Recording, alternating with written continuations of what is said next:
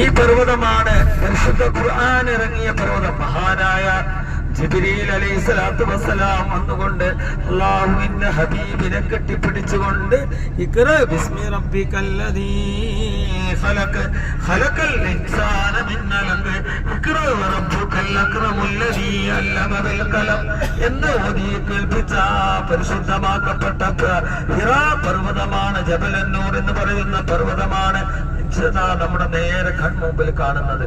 അവിടെയാണ് പരിശുദ്ധ ഖുർആൻ ഇറങ്ങിയത്. അല്ലാഹുവിന്റെ റസൂൽ ഒറ്റക്ക് വന്നിരിക്കാറുള്ള ആ ഗുഹയായിരുന്നു ഈ കാണുന്നതായിരിക്കുന്ന ജബലന്നൂർ എന്ന പർവ്വതം. അതിന്റെ മുകളിലേക്ക് ധാരാളം ആളുകൾ ഇപ്പോഴും കയറിക്കൊണ്ടിരിക്കുന്നുണ്ട്. കണ്ട ഒരു വെള്ളം കാണുന്ന നിനക്ക് ആളുകൾ കയറിക്കൊണ്ടിരിക്കുക, ഈ വെയില് വകവെക്കാതെ. അല്ലാഹുവിന്റെ മുകളിൽ കയറാൻ അവിടെ വെച്ചുകൊണ്ട് 2 റക്അത്ത് നിസ്കരിക്കാൻ ഞങ്ങൾക്കൊന്ന് തൗഫീഖ് നൽകണേ തമ്പുരാനെ. മഹദിയായ ഖദീജ ബീവി 2 നേരം ഭക്ഷണവും പൊതിയുമായിക്കൊണ്ട് നബി സല്ലല്ലാഹു അലൈഹി വസല്ലം ഒറ്റയ്ക്ക് ഇരിക്കുമ്പോ ഇവിടേക്ക് കൊണ്ടുപോയി കൊടുക്കാറുണ്ടായിരുന്നു. ആ 60 വയസ്സായ ആ മഹദി ഇതിന്റെ മുകളിൽ കയറിയ ആ പർവ്വതമാണ് കാണുന്നത്. ആ കാണുന്ന പർവ്വതമാണിത് ജബലിന്നൂർ എന്ന് പറയുന്ന പർവ്വതം. അല്ലാഹുവേ, പരിശുദ്ധ ഖുർആൻ ഞങ്ങൾക്ക് സാക്ഷി നിൽക്കുന്ന വിഭാഗത്തിൽ ഞങ്ങളെ ഉൾപ്പെടുത്തണേ അല്ലാഹ്. അതിന്റെ മുകളിൽ കയറാനും അവിടെ നിസ്കരിക്കാനും തൗഫീഖ് നൽകണേ തമ്പുരാനെ.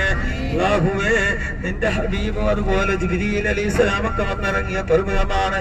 ലക്ഷക്കണക്കിന് മുഅ്മിനീങ്ങൾ സുജൂദ് ചെയ്ത സ്ഥലമുണ്ട് അവിടെ. അവിടേക്കൊന്ന് കാണാൻ ഞങ്ങൾക്ക് നീ തൗഫീഖ് നൽകണേ തമ്പുരാനെ.